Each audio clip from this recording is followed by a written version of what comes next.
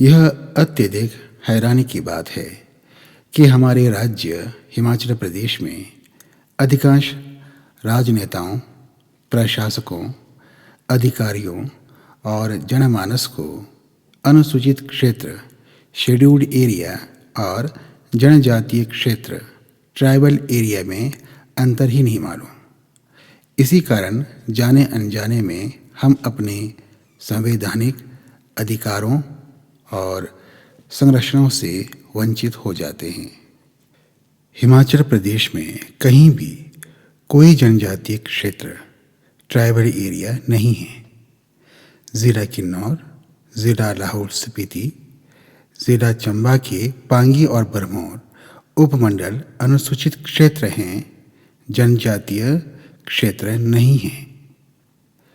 भारत के संविधान के अनुच्छेद 244 खंड 1 में वर्तमान में 10 राज्यों के अनुसूचित जनजातीय निवास स्थानों को अनुसूचित क्षेत्र घोषित किया गया है। इन 10 राज्यों के नाम हैं राजस्थान, उड़ीसा, महाराष्ट्र, मध्य प्रदेश, हिमाचल प्रदेश, गुजरात, छत्तीसगढ़, झारखंड, तेलंगाना और आंध्र प्रदेश। जबकि संविधान के अनुच्छेद 244 खंड 2 में जनजातीय क्षेत्र की परिभाषा व संरक्षण दिए गए हैं।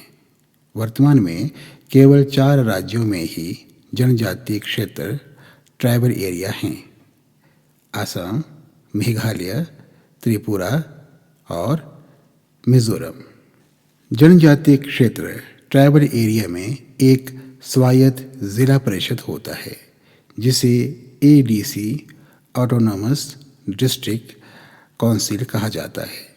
इस परिषद के पास स्वायत्त शासन का अधिकार होता है, जिससे वहाँ की जनजाति अपनी परंपरा, संस्कृति, वेशभूषा, भाषा, वन, भूमि, खेती, विरासत, आयकर और प्राकृतिक संसाधनों का मौलिक रूप से संरक्षण कर सके। कई स्थानों में जनजाति अपने पारंपरिक कानून के अतिरिक्त अन्य कानून बनाते हैं और उस जनजातीय क्षेत्र में आवंटित बजट पर भी उनका नियंत्रण होता है। इस स्वायत्त परिषद में अधिकतम 30 सदस्य होते हैं, जिनमें से 4 की नियुक्ति राज्यपाल द्वारा मनोनीत होते हैं। शेष 26 सदस्यों को चुनाव प्रक्रिया द्वारा चुना जाता है। राज्यपाल उस स्वायत्त जिला परिषद की सलाह से उस प्रांत के लिए नए कानून व नियम बनाते हैं। अनुसूचित क्षेत्र, शेड्यूल्ड एरिया में जनजातीय परामर्श परिषद, ट्राइबल एडवाइजरी काउंसिल होता है, जिसे TAC भी कहते हैं। इस परिषद में अधिकतम 20 सदस्य होते हैं, जिसमें से 3/4 सदस्य अनिवार्य रूप से अनुसूचित जनजाति से ही होते हैं। यह परिषद राज्यपाल को सलाह देता है जनजातियों के कल्याण व अनुसूचित क्षेत्रों के विकास के लिए क्या किया जा सकता है। राज्यपाल से अनुमोदित नियमों के अनुसार ही इस परिषद का अध्यक्ष चुना जाता है और बैठकों के नियम व समय सारणी बनाई जाती है। राज्यपाल अनुसूचित क्षेत्रों में जनजातियों द्वारा भूमि के बेचे जाने को प्रतिबंधित करता है। अनुसूचित क्षेत्रों में जनजातियों में भूमि आवंटन को नियंत्रित करता है। अनुसूचित क्षेत्रों में जनजातियों को ऋण देने वाले व्यक्तियों व संस्थानों पर नियंत्रण करता है।